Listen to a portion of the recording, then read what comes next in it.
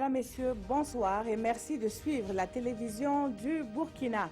Au menu du 20h de ce 22 novembre. Depuis ce matin, le syndicat des travailleurs de la santé humaine et animale observe une grève dite totale et pour cause, il a annoncé que cette fois, aucun service minimum ne sera maintenu dans les centres de santé publique.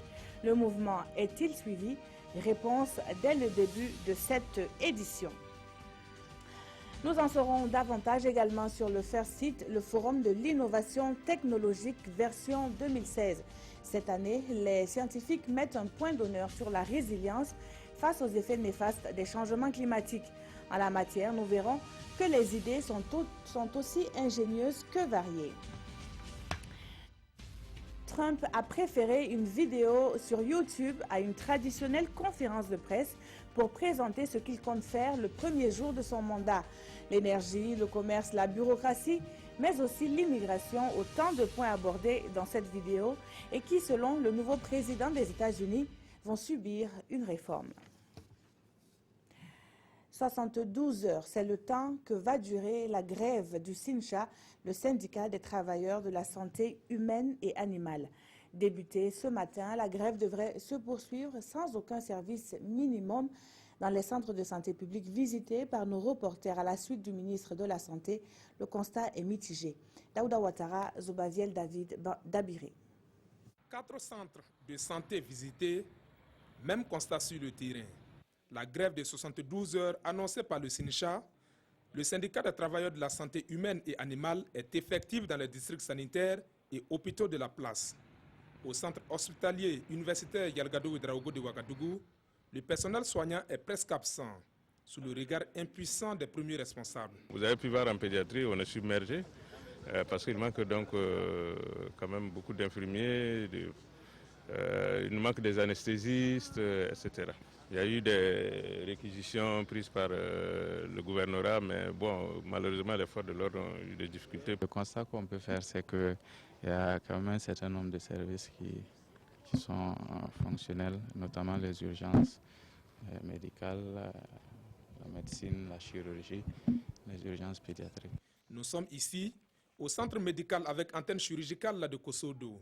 Les patients, abandonnés à leur triste sort, reçoivent la visite du ministre Soumaïla Ouedraogo et son staff. Il y a une réduction assez significative donc, du fonctionnement des services de santé que nous avons visités. Et jusqu'à ce que j'apprenne hier, aux environs de 13 heures, que cette grève était une grève sans service minimum. Et jusqu'à l'heure où je vous parle, aucune correspondance officielle nous est parvenue, ce qui fait quand même preuve d'une insuffisance quelque part. Prévue pour durer 72 heures, cette grève inquiète plus d'un Burkinabé. Et le ministre dit regretter le non-respect des réquisitions pour le service minimum. Du reste, le dialogue entre les deux parties continue pour une sortie de crise selon Soumaïla Ouedraogo. C'est la reprise du côté du syndicat des travailleurs de l'enseignement national et de l'alphabétisation. Un protocole d'accord a été signé entre les parties permettant ainsi la reprise sereine des activités pédagogiques à tous les niveaux. Nous en savons plus avec Paul-David Bamara et Nyarkiteda. Ce sourire entre ces deux hommes soulage deux parties. Les encadrés pédagogiques d'une part et les autorités en charge du ministère de l'Éducation nationale d'autre part. Ces deux parties étaient à couteau tiré depuis le 15 septembre dernier. Et la signature du protocole d'accord de ce mardi 22 novembre sonne comme un ouf de soulagement de part et d'autre. Cette situation que je peux qualifier de malheureuse est intervenue suite à des incompréhensions de part et d'autre que nous avons pu donc lever à travers ces négociations. C'est dans le dialogue qu'on résout les problèmes. L'amélioration des conditions de travail dans les circonscriptions d'éducation de base, la dotation en carburant et à moyens de déplacement pour la supervision des activités pédagogiques sont entre autres les points de revendication.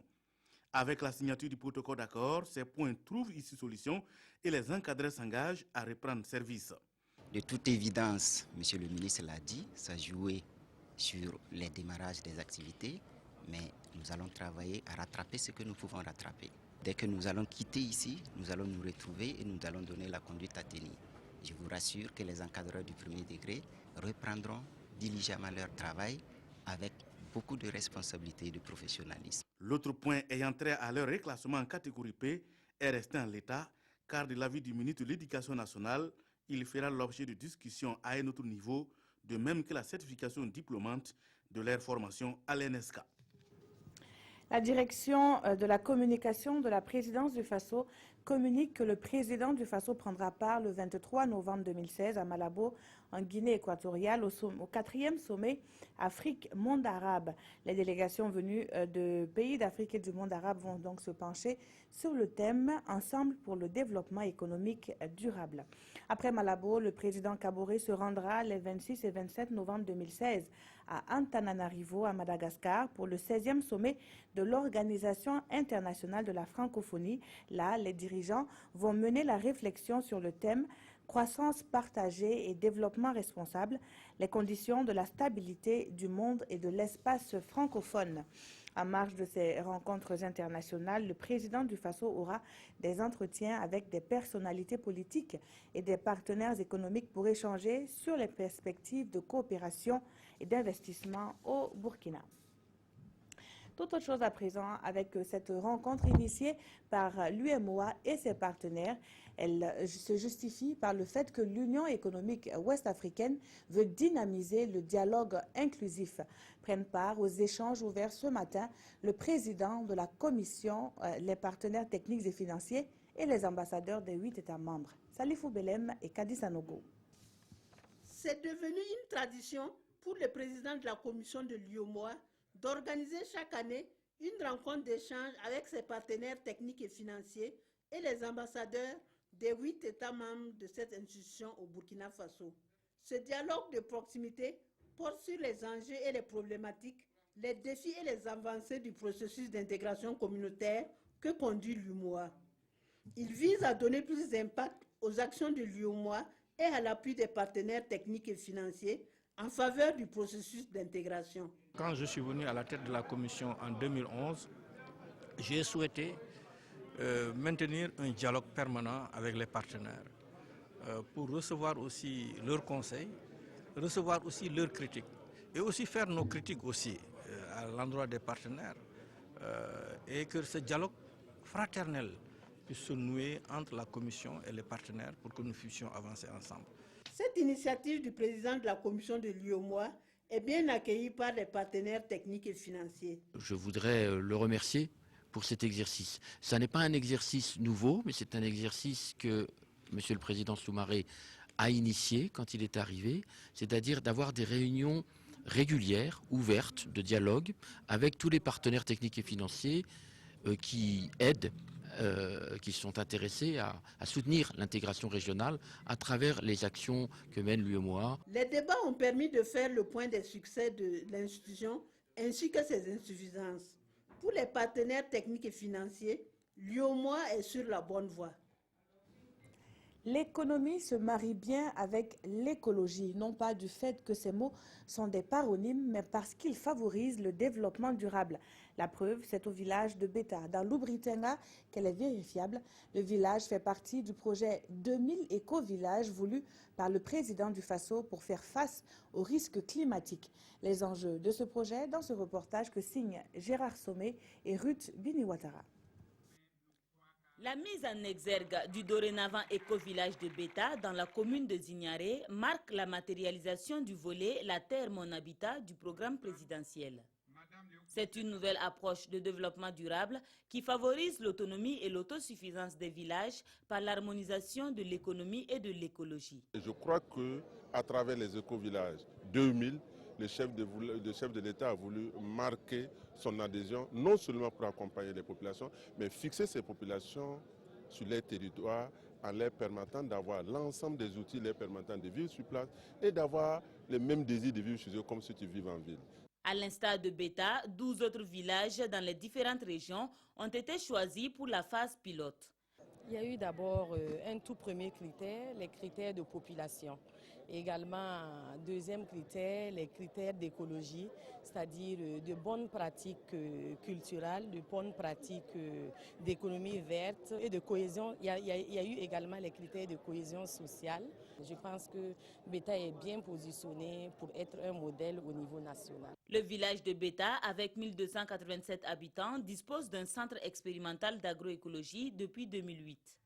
Dans la gestion des terres durables, Beta s'illustre en pionnier avec, entre autres, la pratique du zaï, des diguettes anti-érosives, l'utilisation du compost, de l'énergie solaire pour alimenter les fontaines. Le village dispose également d'une ferme agroécologique. Ce programme, qui se veut ambitieux, devra toucher à terme en 2020 2000 villages. Et c'est un programme qui peut inspirer les chercheurs participant au FIRST 2016. Je vous le disais en titre, l'adaptation et la résilience au changement climatique sont au cœur du forum dédié à l'innovation technologique. Il bat son plein à Ouagadougou et il y a fort à voir en la matière. Sur le site de l'exposition, Roger Kam et Maïmouna Traoré ont été séduits par les trouvailles de nos chercheurs. Voici le reportage. Face au changement climatique et leurs effets dévastateurs, les chercheurs et les innovateurs burkinabés libèrent leur génie créateur. Et voici leurs trouvailles, des innovations pour permettre aux populations de s'y adapter. C'est l'une des attractions du forum, la pyramide zoo-hydroponique. Avec seulement cette structure, non seulement j'ai une production végétale à l'extérieur, et à l'intérieur j'ai des animaux, au sommet j'ai du poisson. Ces trois éléments sont étroitement liés.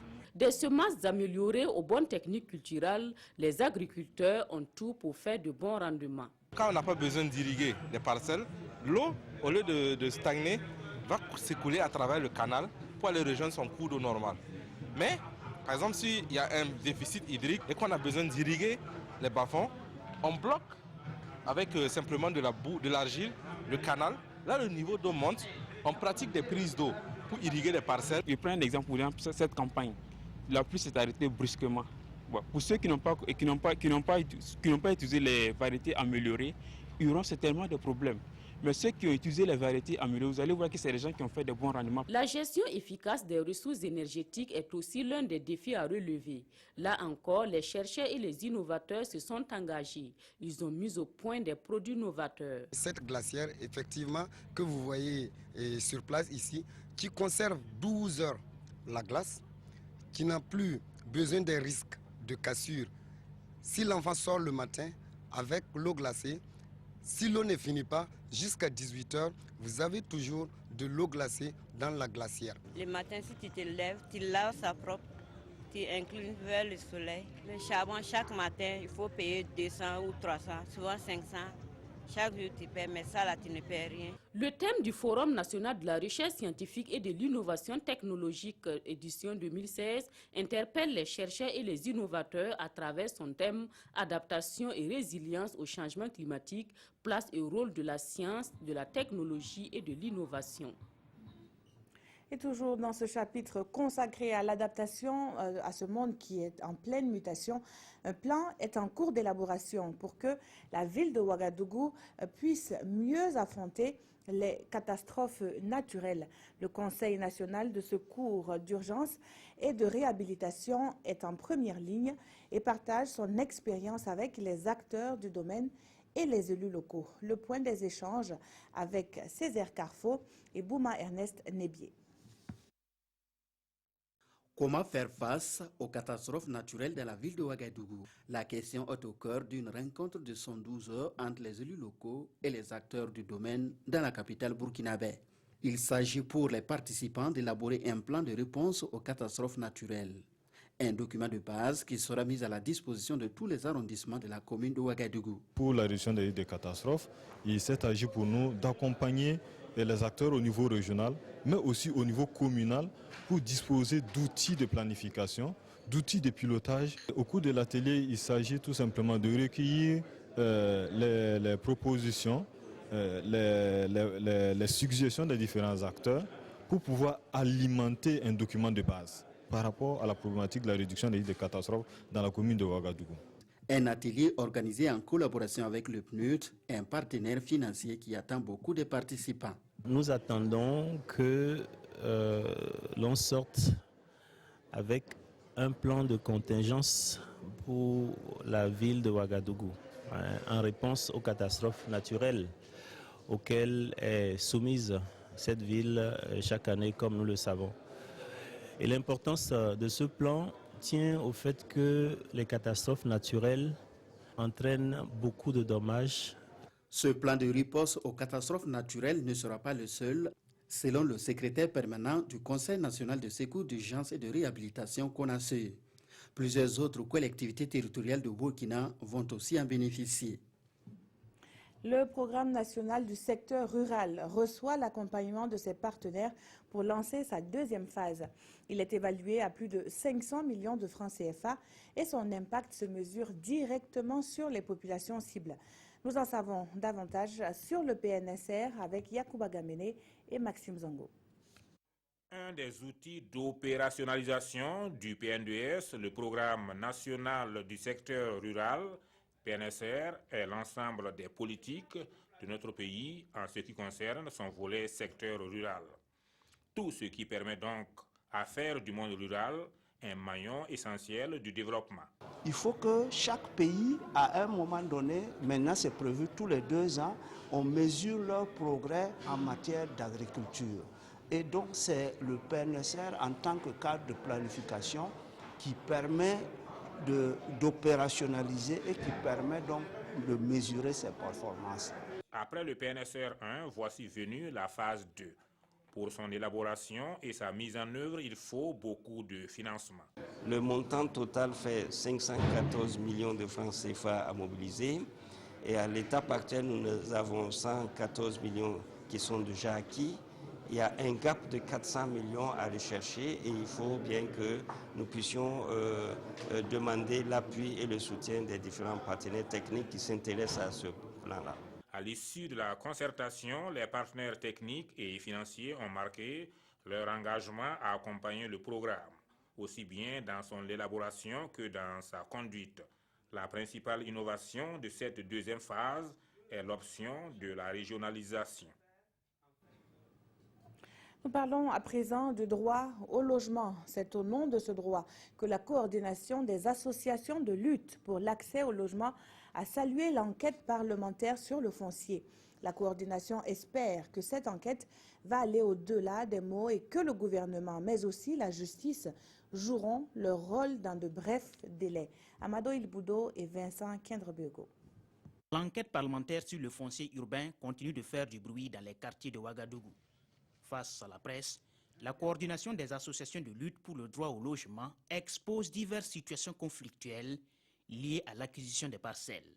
Pour ses responsables, cette enquête parlementaire est un acte salutaire, mais reste une victoire d'étape. Parce qu'ils ont travaillé pour nous, parce que c'est nous qui les ont mis là-bas. Ils ont travaillé pour le peuple. Mais ce que ça nous concerne maintenant à l'heure actuelle, c'est parce que nous avons vu beaucoup d'enquêtes au Burkina Faso qu'ils ont mis dans le tiroir. Mais nous disons que ça maintenant non. Nous demandons à l'État. Vous savez qu'il y a 3 pouvoirs au Burkina Faso, pour les députés, à la justice et le gouvernement. Maintenant, les députés ils ont fait leurs travaux. Maintenant, il reste maintenant les 2 pouvoirs. Qui reste maintenant? Parce que le peuple attend maintenant ça maintenant. Rapidement. Rapidement. Parce que maintenant, on ne va pas laisser que vraiment mettre ça dans le tiroir. Jamais maintenant. Nous sommes prêts. Il faut maintenant à ceux qui ont bâillonné le peuple et répondre devant la justice. La coordination remet sur la table le cas de Boulmigou et de Yagma, entre autres, et pointe du doigt certains promoteurs immobiliers qui continuent de faire des victimes sur leur passage. Et pour plus de justice, elle clame son engagement à défendre le droit de chaque citoyen à un logement. Les douanes de l'Afrique subsaharienne se mettent au front contre le trafic illicite des espèces protégées. L'éléphant et le rhinocéros pour la faune et le bois de rose pour la flore sont autant d'espèces menacées de disparaître dans cette partie du continent. Dans ce combat, le renseignement est l'arme à maîtriser, d'où l'initiative d'une formation des douanes. Précision, Moussa Ouedraogo et Aruna Mari. Les douanes de l'Afrique subsaharienne vont en guerre contre le trafic illicite des espèces protégées. Un trafic qui décime la faune et la flore des pays et qui commande des stratégies innovantes de lutte. Ces cadres des administrations douanières des pays de l'Afrique occidentale, centrale et de Madagascar vont ici rehausser leur niveau en matière de renseignement. La formation est organisée par l'Organisation mondiale des douanes en partenariat avec la Direction générale des douanes du Burkina. Et le renseignement, c'est amener tous les pays, tous les douaniers de tous les pays à coopérer dans le cadre de la recherche des informations pour permettre de gagner cette bataille contre la fraude douanière. La formation s'inscrit dans un des axes d'intervention du projet INAMA, un projet engagé dans le domaine de la lutte contre le trafic illicite des espèces protégées. Il se développe sur 3 composants principaux. Une composante qui vise à favoriser le développement institutionnel des douanes pour faire face à ces trafics d'espèces protégées. Et une composante qui vise à renforcer la capacité en matière de renseignement. Et une composante générale qui vise à renforcer la capacité dans la lutte contre la fraude, notamment les enquêtes, la planification d'opérations de lutte contre la fraude. Pendant les 5 jours de travaux, il sera donc question pour les douanes de l'Afrique subsaharienne d'épouser les bonnes pratiques en matière de renseignement afin de lutter efficacement contre le trafic illicite des espèces protégées. La réponse nationale au VIH-Sida et aux IST est-elle efficiente? Cette question, c'est le réseau des parlementaires en santé, population et développement qui se la pose. Il a pour ce faire eu une séance de travail avec le secrétariat permanent de lutte contre les infections sexuellement transmissibles. La démarche s'explique par le fait que ces parlementaires veulent s'impliquer dans l'éradication du VIH-Sida d'ici 2030 au Burkina. Ibrahim Assambié, Oumou Sissé, reportage. Le Burkina Faso ne veut pas se faire compter le rendez-vous mondial de 2030. Mettre fin à la pandémie du VIH-Sida en tant que maladie spécifique. Pour ce faire, le réseau des parlementaires burkinabés en santé, population et développement entend jouer un rôle dans la riposte contre cette pandémie. La prévalence est de 0,90 en fin 2014 selon les spécialistes. Et malgré cette baisse de prévalence, il faut qu'on redouble d'efforts pour essayer de développer des stratégies et des mécanismes qui répondent aux besoins réels des populations afin de contrôler l'épidémie et éviter le phénomène de rebond. La prévalence au sida a perdu plus de 7 points en 30 années de lutte.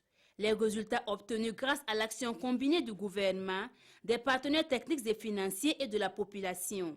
Cependant, d'autres actions sont en cours pour l'élimination totale du VIH-Sida. On a balisé des échelons en 2020.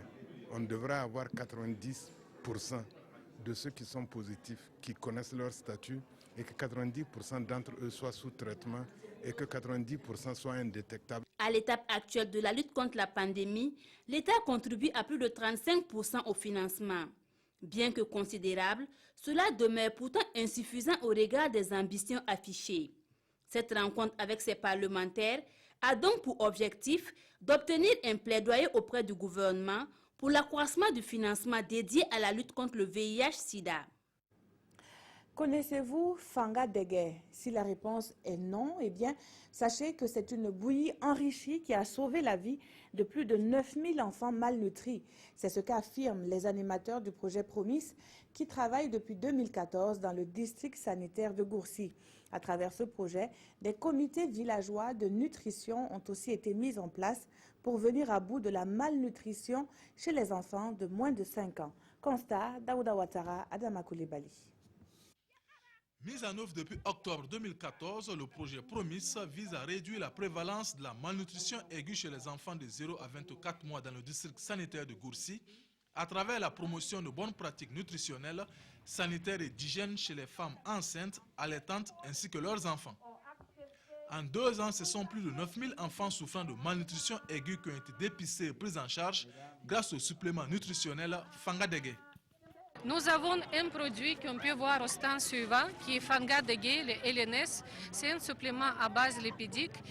Il est donné aux enfants de 6 à 23 mois dans ces CSPS, Centres de santé et de promotion sociale, qui sont les centres qui ont été identifiés comme centres d'intervention du projet. 2500 enfants en moyenne par mois reçoivent ce LNS à but préventif. En outre, plus de 190 000 personnes ont été sensibilisées sur les actions de nutrition et d'hygiène.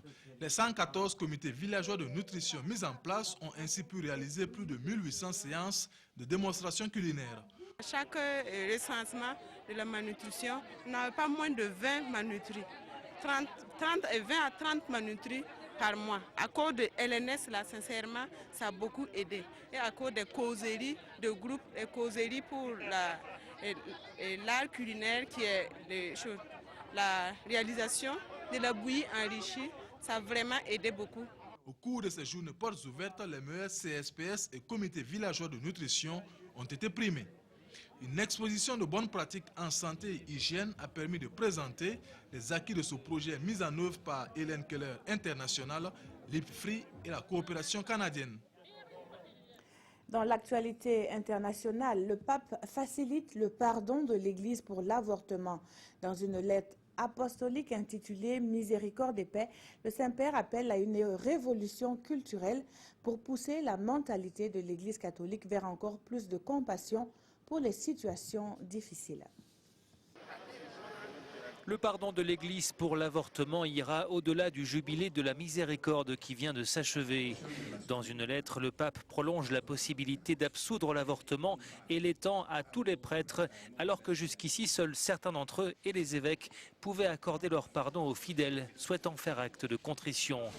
Un pardon qui s'adresse aux femmes, mais pas seulement, comme le rappelle l'archevêque Rino Fisichella. Le péché de l'avortement est techniquement une expression qui inclut toutes les personnes concernées par un avortement, c'est-à-dire les femmes, les infirmières, les médecins. Donc le pardon pour le péché de l'avortement s'adresse à tout le monde. Par ailleurs, le pape a décidé d'instaurer une journée mondiale des pauvres. Elle aura lieu chaque année, un dimanche de novembre. Au début du mois, François avait ouvert les portes du Vatican aux sans-abri. Quelques 6000 personnes avaient fait le déplacement. Le nouveau locataire du bureau ovale a préféré une vidéo YouTube à une conférence de presse traditionnelle pour présenter ce qu'il compte faire le premier jour de son mandat. Des réformes, il en annonce, mais de façon voilée et prudente. Concernant l'immigration, par exemple, Donald Trump ne mentionne ni le mur entre les États-Unis et le Mexique, ni l'expulsion des milliers d'immigrés. Donald Trump dévoile le programme de ses 100 premiers jours à la Maison-Blanche. Dans une courte vidéo publiée ce lundi, il évoque la renégociation de traités commerciaux bilatéraux, mais aussi l'énergie.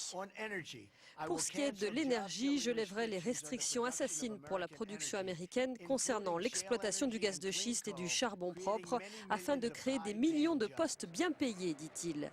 Concernant l'immigration, il entend enquêter sur les abus des programmes de visa qui nuisent selon lui aux travailleurs américains. Pas de mention en revanche du mur entre le Mexique et les États-Unis ou de l'expulsion de millions de sans-papiers.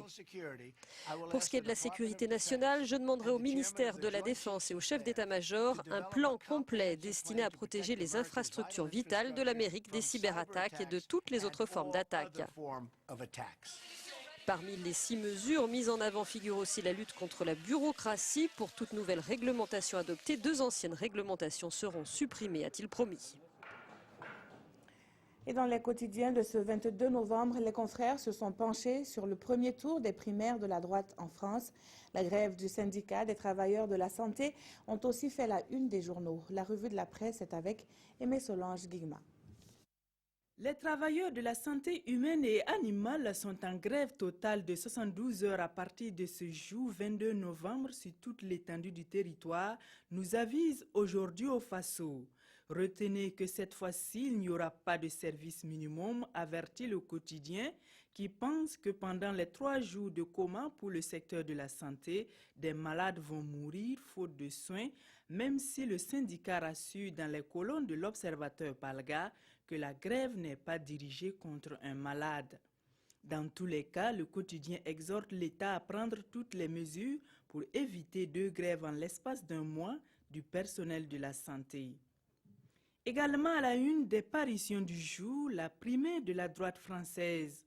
Ainsi apprend-on dans les colonnes du quotidien que l'ancien président français Nicolas Sarkozy a été éliminé du premier tour des élections primaires du Parti des Républicains. Pour le pays, Sarkozy récolte ce qu'il a sémé, lui qui prenait un malin plaisir à regarder les autres de haut, souligne ce journal qui pense que c'est son ego surdimensionné qui lui a joué des tours. C'est incontestablement une douche froide pour ce politicien dans l'âme qui a du mal à prendre ses distances avec les arcanes du pouvoir, précise Sidouaya. Le quotidien d'État estime d'ailleurs que ces multiples réformes, parfois polémiques, et son dynamisme à l'échelle diplomatique marqueront à jamais les esprits. D'après notre temps, la primaire de la droite est un duel que personne n'a vu venir avec l'arrivée en tête de François Fillon et l'élimination pure et cinglante de Nicolas Sarkozy. Merci d'avoir suivi ce journal. Très bonne suite de programmes sur la télévision du Burkina.